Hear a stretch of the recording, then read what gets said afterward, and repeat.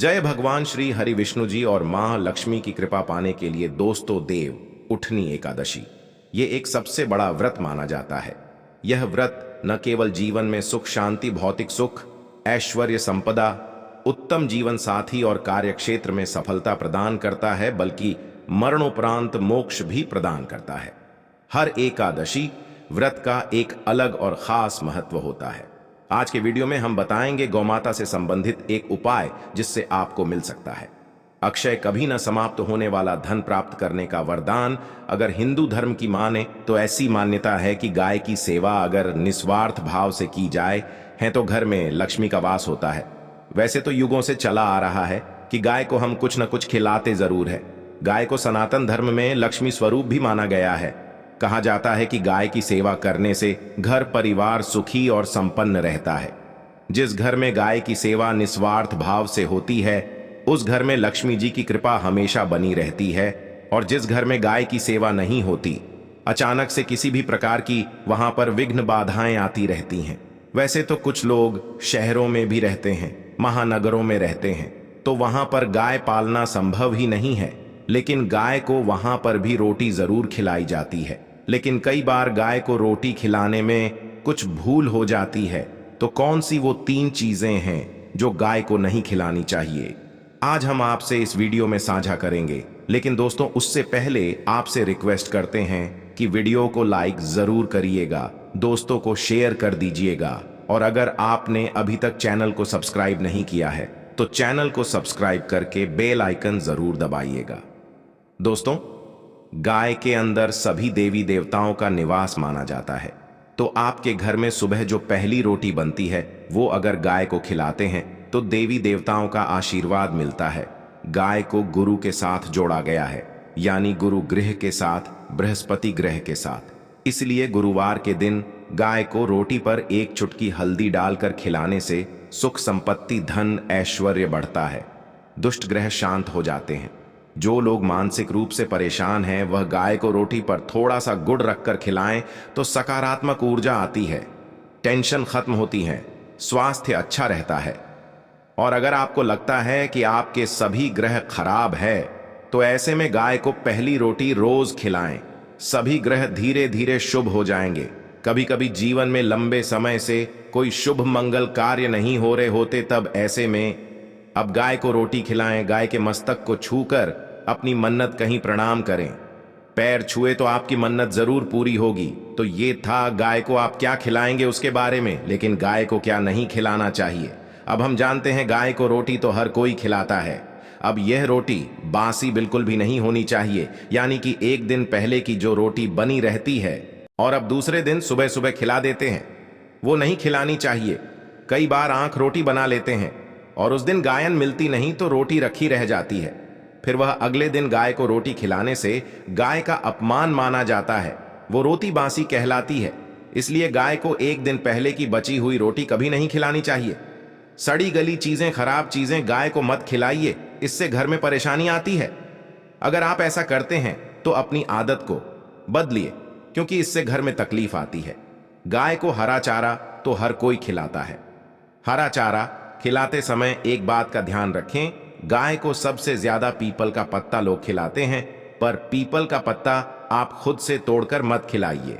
दूसरी बात, आप घर में सब्जी लाते हैं तो साग आ जाता है, तो उसमें से अच्छी चीजें तोड़कर रखने के बाद बचा खुचा अब गाय को खिलाएं। आप जो देंगे वह गाय खा लेगी, लेकिन थोड़ी सी कुछ अच्छी चीजें मिलाकर गाय को खिला दीजिएगा तो ज्यादा फायदा होगा। गाय को दूध नहीं पिलाना चाहिए। आप दही चावल खिला सकते हैं, लेकिन दूध ताजा हो या बचा हुआ भूल कर भी गाय को मत पिलाइए। तो 3 चीजें गाय को नहीं खिलानी है। एक तो बची कुची रोटी नहीं खिलानी है, कोई भी अनाज बचा उसे दूसरे दिन गाय को नहीं खिलाना है। जैसे चावल बन जाता है, रोटी बच जाती है, और आप अगर चारा खिलाते हैं उन्हें तो सड़ा गला मत खिलाइए। और अगर खिलाते हैं कोई चीज तो उसके साथ कुछ अच्छी चीजें मिला लें, और गाय को दूध भी नहीं पिलाना है। ये चीजें बिल्कुल भी नहीं खिलाई, नहीं तो घर में गरीबी आती है। माता लक्ष्मी आपके घर में वास करना छोड़ देती है।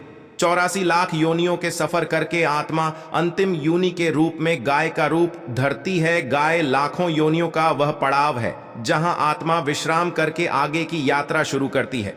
दोस्तों गाय का कोई अपशगुन नहीं होता है। जिसे भूभाग पर मकान बनाना हो वहां पर अगर आप 15 दिन के लिए गाय और बछड़ा बांध देते हैं तो वह जगह पवित्र हो जाती है। भूभाग से बहुत सारी खराब शक्तियां का नाश हो जाता है, क्योंकि गाय में सकारात्मक ऊर्जा का भंडार माना गया है। गाय का मार्ग रोकना, अगर आप कहीं भी जा रहे हैं और गाय माता आपका मार्ग रोक दें तो यह बहुत ही शुभ माना जाता है। गाय और बछड़े का दर्शन एक साथ आपको हो जाए तो आपकी सफलता का प्रतीक माना जाता है। अगर आपके घर के आसपास घूमते रहते हैं तो इसका मतलब है कि आपके घर से काफी सारे संकट अपने आप ही दूर होने वाले हैं और समृद्धि पूर्वक जीवन आपको मिलता है। गाय के समीप आप अगर जाते हैं तो संक्रामक रोग, कफ, खांसी, सर्दी, जुकाम आदि का आग्रह जो अपने आप ही बिना दवाइयों के भी नाश हो जाता है। अगर आपको गाय अचानक से पहुंचकर मार देती है तो यह बहुत ही शुभ संकेत माना गया है, और काली चितकबरी गाय ऐसा करें तो और भी ज्यादा शुभ माना गया है। पंचगव्य जो होते हैं वो कई रोगों में लाभदायक है। पंचगव्य क्या क्या हुए? गाय के दूध, दही, घी, मूत्र और गोबर, इन सभी को शरीर की रोग निरोधक क्षमता को बढ़ाकर रोगों को दूर करने वाला माना गया है। ऐसा कोई रोग नहीं है जिसका इलाज पंचगव्य से नहीं किया जा सकता।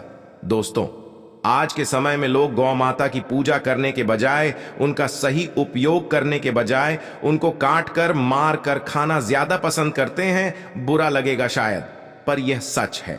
और गाय को रोटी देने से न केवल सुख समृद्धि की प्राप्ति होती है बल्कि बरकत भी होने लगती है।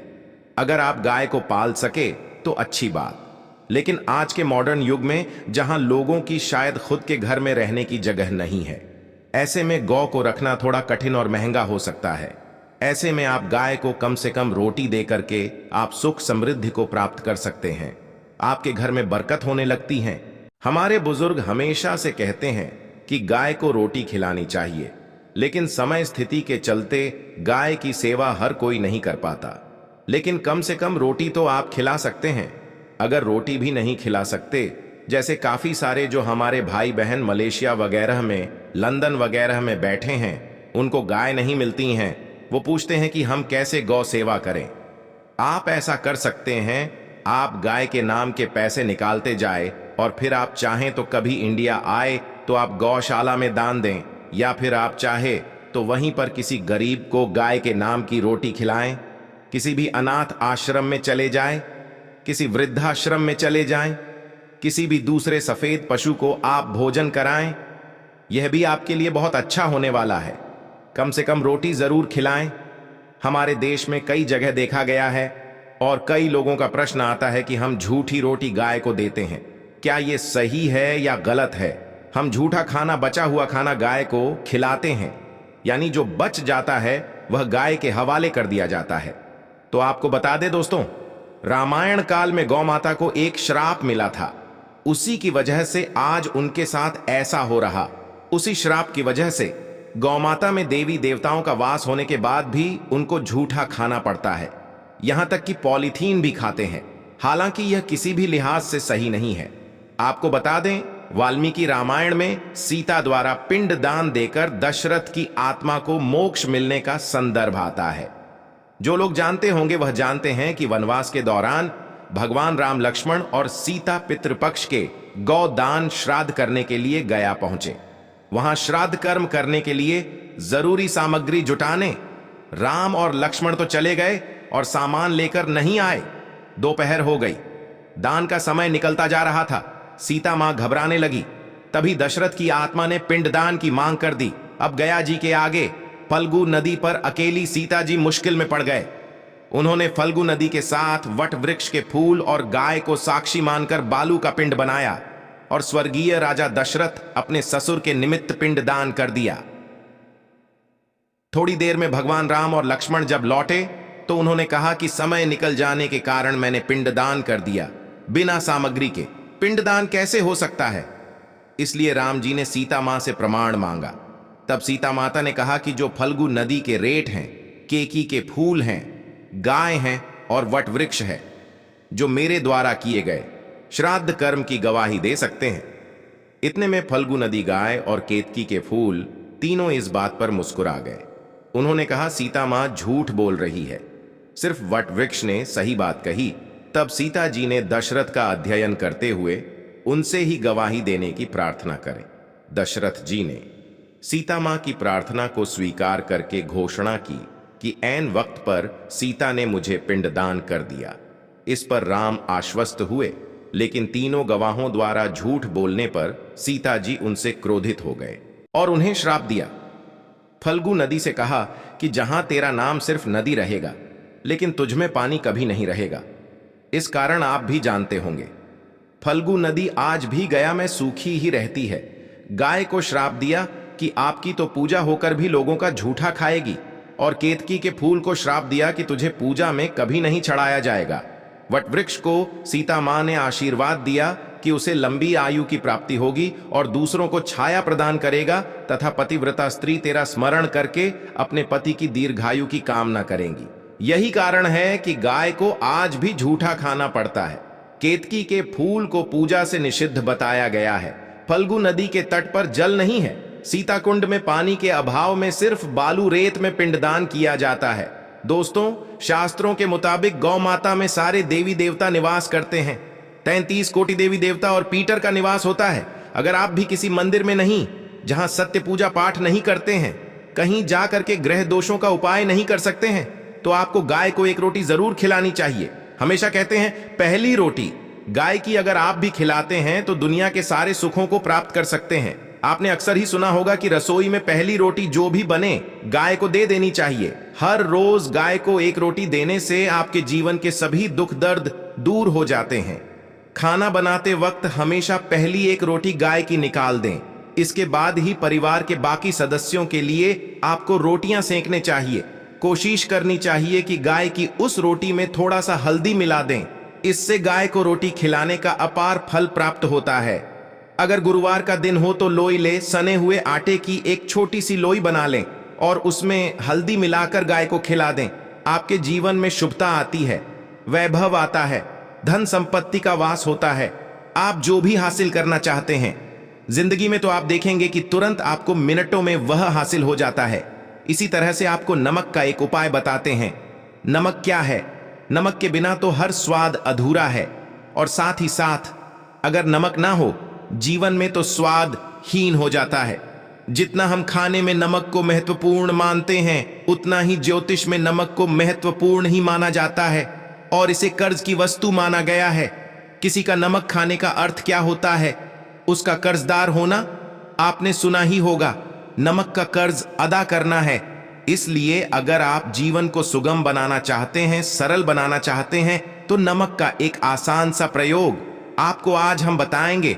आप देखिए कि कितने आपको पॉजिटिव परिणाम मिलते हैं, और इतना आसान है कि इसके लिए आपको अतिरिक्त मशक्कत करने की कोई जरूरत नहीं है। सिर्फ आपको अपने घर में बनी सबसे पहली रोटी लेनी है और उस पर थोड़ा सा नमक रख दें।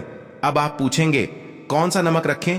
तो सबसे बेस्ट है आप सादा नमक, बेरी वाला नमक, सस्ता नमक जो भी है वह रखें। काला नमक नहीं रखना है, आपको सफेद नमक ही रखना है।